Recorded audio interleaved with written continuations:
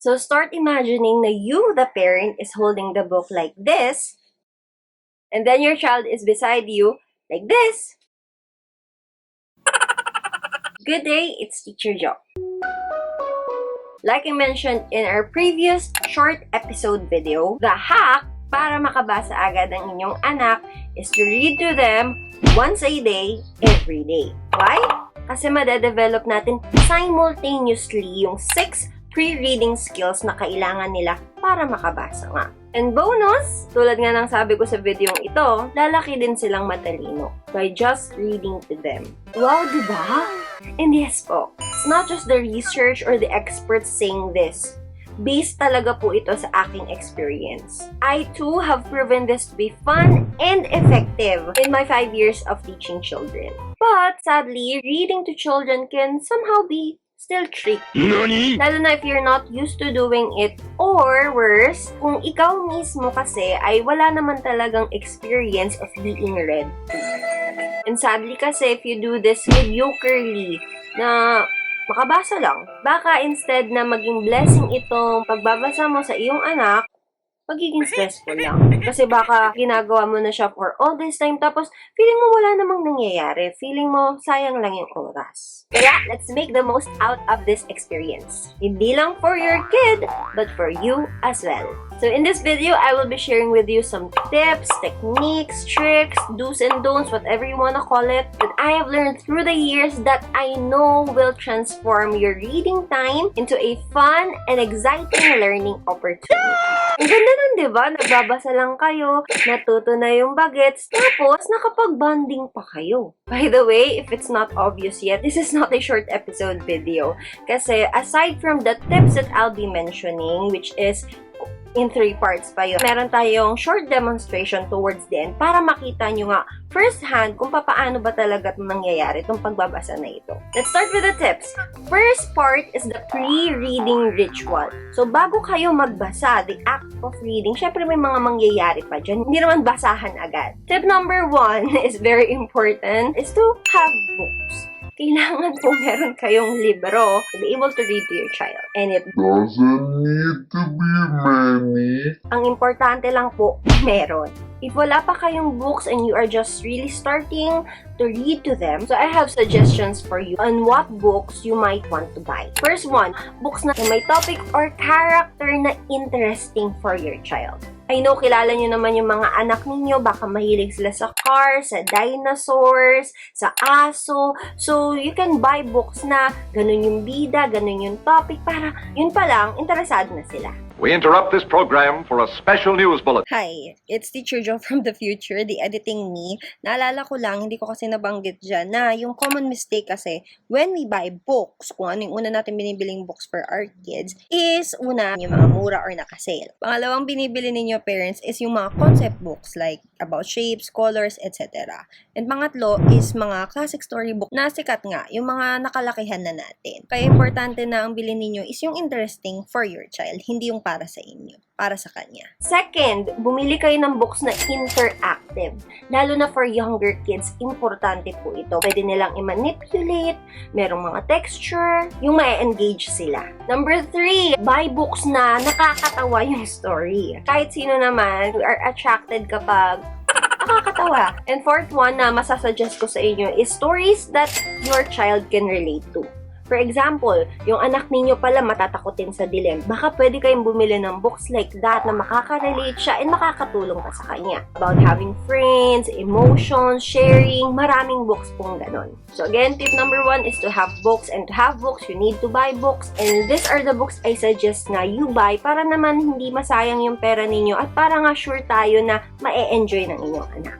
Tip number 2 is to gauge your child's attention span. What I personally do as a teacher, every beginning of the school year, dahil nga baguhan pa lang yung mga bata and most kids sadly never have the experience of being read to, I choose books that are short or books na may mga texts na sobrang ikli lang. Ang one-liner ba? The rationale is because this children's attention span is for sure not that long pa. So, to sustain their concentration and to hopefully finish the book with them still sitting and listening, mas mainam if the books I'll read to them are short and conversational. Kaya nga mga one-liners lang yung mga text or kaya pa question type siya, ganyan, maikli lang yung story. But don't worry parents, as time goes by, nade-develop nga tong attention span nila. Isa yun sa benefit of reading to them. Eventually, you can move on to books with longer texts, more details. We're just starting with this for the child to have a positive and encouraging experience. And you can also skip this part actually. Kaya nga, ang tip ko is to gauge your child's attention span. Kasi baka mahaba na palang attention span niya. Kung alam niyong super easy na sa kanya ng mga short stories, one-liner text, syempre, huwag niyo na pong i-provide yun. Baka kasi, instead of providing a positive and encouraging experience, ang mangyari ay maging boring na sa kanya itong reading time ninyo. Kaya again, gauge your child's attention span. Ikaw, parent, ang makakaalam nito. Pwede din ako, kaso, di ba makapunta sa bahay ninyo? Tip number 3, be excited. Social learning theory once again, everybody. Mentioned it in the short episode. You are your child's role model. Hopefully, you are. At hindi ibang tao or artista o kung sino man. If you are excited, they will be too. At sana, genuine po. Hindi kayo napipilitan at hindi rin kayo nagkukunyari. Because I know some of you, most of you are working full-time. Pagod kayo, stressed. Still, I'm hoping that you will be the first one, hindi yung anak ninyo, who will look forward for this bonding moment na gagawin ninyo. Yung pagbabasa sa kanya. At the end of a cruel and tiresome day. Kasi yes, maraming ways to bond with your child. Pero baka itong reading to them yung napili ninyo because marami nga siyang benefits. It is also a hack para makabasa siya agad. Kaya be excited. And I want you to be motivated. Sana makatulong tong mga quotes na ito. That's actually my last tip for the pre-reading ritual. Pero meron po akong bonus. Read the book beforehand. Lalo na if you want the reading time to be more engaging. Dahil alam mo na yung mangyayari, alam mo na yung ending, you will know when to pause, when to hype up, when to mislead, pati what to ask and how to read the story. Ang dami mong malalaman. And all this will help to keep your child at the edge of his seat. Kung may anticipation ba?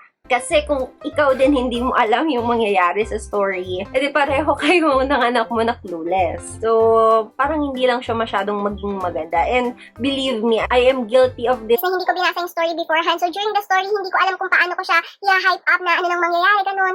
Anyways, this is just an optional bonus tip naman. Pero I highly recommend it. Now we are done with the pre-reading ritual tips. Punta na tayo dun sa reading part. Yung actual na pagbabasa na. Take note, parents, that these tips ay applicable for one-on-one storytelling time na hindi po to for crowds. So, pwede namang 2-3 yung anak niya, pero hindi po to sa pangmaramihan. So, start imagining na you, the parent, is holding the book like this, and then your child is beside you like this. And lastly, it is nighttime. Yun po yung imagine ninyo. Gabi. Obvious naman po, di ba, na parang mas perfect gawin ang pagbabasa, ang reading time to them at night. And everything is quieter, calmer. Yan.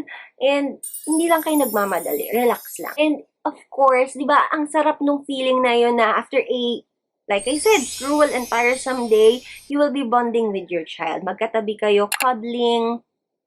Can you imagine? Plus, ito palang tips na tong mga sinasabi ko are for beginners. And they are super effective but at the same time doable. Kayang-kaya nyo tong gawin kahit na wala kayong experience sa pagbabasa. Kasi believe me, kapag master level ka na ng pagbabasa, itong mga tips kung may mention dito, hindi na siya mag-a-apply eh. Para lang talaga to sa beginners na nagsisimula. Kapag master na, grabe na sila magbasa sa mga anak nila. May boses, may sounds. So, these are just for beginners. At nakakatulong po sa inyo, don't worry. Tip number 1, for the reading ritual na, set the mood. Get comfy, cuddle, and let your child be ready. Hintayin nyo siyang maging ready. Siyempre, hindi naman nyo sasabihin siguro, oh, 8:00 na, halika na, magbabasa na tayo, halika na dito, dapat on time. Siguro hindi naman po natin gusto ma-pressure yung anak ninyo. Set up the atmosphere, build anticipation by introducing the book. Lalo na kung bago yung book na yun, bagong bili, excited ka din kasi nabasa mo na nga siya kung ano yun. Tell him why you choose this book. You can talk about the cover page, point to the characters kung nandun siya, give a little background tungkol dun sa character, tungkol dun sa setting, ganyan. I-excite nyo nga po siya.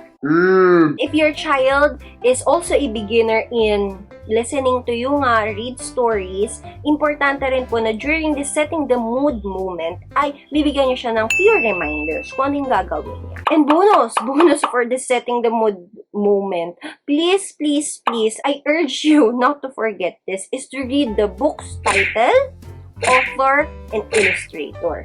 Importante po yun. Aside from giving credit to where credit is due, it's also a wonderful venue to teach your child na Ano taong gumagawa nito? Pwede palang trabaho yun? magandang learning opportunity pa yun. And another tip, parents, ang dami kong tip, no?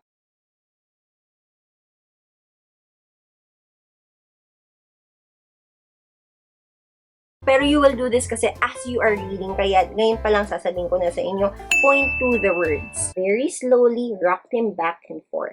Tinuturo natin yung salita. Ang ginagawa po kasi niyan is it tells the child that the letters printed on the book can be read and has meaning. Hindi mo po kailangan yun i-explain sa kanya. He will just realize it on his own. Believe me. Tip 2, engage your child through questions. Mangyayari po to throughout the story, parents, hindi lang sa simula, sa huli, throughout. Akala kasi ng iba na kapag nagbabasa tayo sa mga bata, nagbabasa lang talaga tayo. Pero for me, it takes the fun out of it. Hindi masaya. And isa pang nagagawa kasi noon, kapag nagbabasa nga lang talaga tayo, it makes the child passive. Yes, this should be a calming, relaxing activity. Kahiga lang kayo, nakaupo lang kayo, hindi talaga siya gagalaw. Pero still, we want his brain to be active, not passive. We want to let them think and to make their imagination work. 1, para hindi siya mabore. And 2, para nga matuto siya. Kasi yes, pwedeng hindi nyo gawin itong step number 2 na to, na mag-question, ganyan. It will still be an awesome bonding activity. Pero the result will be mediocre reading time. Kasi nga hindi natin ma-achieve yung mga hidden goals natin na makapasa siya agad and to get the 7 other benefits I mentioned. Kaya ask questions. Engage your child. Point to the pictures, ask him sa tingin niya anong nangyayari. And don't worry, parents, ito naman pagtatanong na ito actually mangyayari lang talaga most of the time kapag brand new yung books. Kasi wala pa siyang clue kung ano nga mangyayari. Pero kung kabisado na niya yung books, which happens most of the time, gusto nila paulit-ulit, and ikaw nga mismo makakabisa mo na yung book. And don't forget to continue asking along the way. It's a very good venue to develop your child's imaginative and critical thinking skills. Step number 3, integrate the illustration and text. For beginners, madalas natitake for granted po talaga ito. We tend to focus on one element lang. Most of the time, the text, kasi nga binabasa lang natin, and yung iba na may maling choice of books, they tend to focus more on the pictures kasi nga sobrang haba nung text na hindi na nila mabasa kasi hinihingal na sila and yung anak nila nga nabobore na. Kaya, going back, talagang importante po yung choice of books ninyo. Kasi you really need to integrate the text and the illustration. Don't worry, I will demonstrate naman po later on kung ano ba tong sinasabi kong integration na ito. Kasi parents, hindi naman po talaga tayo legalistic when reading a book. Hindi naman talaga kailangan po na basahin nyo lahat. Pwedeng mag-paraphrase. At hindi naman din po kailangan na talagang lahat ng nasa pictures na details na yun ay mapansinin ninyo. There's a balance. This might sound complicated, pero don't worry. This integration can be done flawlessly. Simple lang po. Step number 4, do not rush. Take time to answer his question. Take time to define the words. Take time to look at the pictures. Take time to elaborate, etc. So remember, parents, na bata yung kausap ninyo. Bata yung kasama ninyo. And meron silang sariling pace and ways of processing the data, the information na binibigay natin sa kanila. Kaya do not rush na matapos lang yung story. Take your time. Those are my tips for the ritual during reading. Pero parents, hindi pa nagtatapos dyan. There is a post-reading ritual tip na gusto kong sabihin sa inyo. Hindi kasi porke natapos na yung storya, tulugan na. Isa lang naman po ito. My final tip for you is to recap. Review the story saglit. Kung anong nangyari, anong naalala ng anak ninyo, anong favorite part ninyo, may natutunan ba siya, nagustuhan ba niya yung story. Ganun lang. Depende to sa story, of course, kung paano kayo magre-recap. Pero yun na yun. Totoo na to. Tapos na. Now, we will proceed with a short demo na papakita ko nga sa inyo how I utilize all these tips na sinabi ko. I hope you still have the time. Enjoy! As you can see po pala, marami na akong books. So, yung tip number 1 ko kanina sa pre-reading ritual, check na ako doon. But for today's demo, since ang gusto ko pong i-imagine ninyo is meron akong anak and beginner pa nga lang siya. I also have read this book beforehand, so check na rin ako doon. So, this one is the book I will be reading in our demo. Pasok din to dun sa category na interesting for him because he's still young and it's all about love. My love for my child. So, let's read. O, halika na mga anak! Excited na akong ikwento itong bagong book nito sa inyo! Yay! Hanig na kay mami. Huwag na mag-kiss. It's story time. Diba pag nag-story si mami, makikinig? Ito yung napili kong buko. Okay. Ang pangalan ng book natin is Love You Forever. At tingnan nyo. Opo. Ang nagsulat nito, ang pangalan niya si Robert Munch. At yung nag-drawing yan, tingnan mo, Charlo, ang ganda! Kayo yan, no? Baby pa kayo. Ang nag-drawing yan si Sheila McGraw. Okay? Simula na tayo. Listen kayo kay Mami. So, hindi nakikinig yung mga anak ko, no? Mother held her new baby and very slowly rocked him back and forth. Alam mo yung back and forth, anak? Ayan, no? Yung inakarga tapos kinakalang tapos ano? Tingnan natin kung anong mangyayari.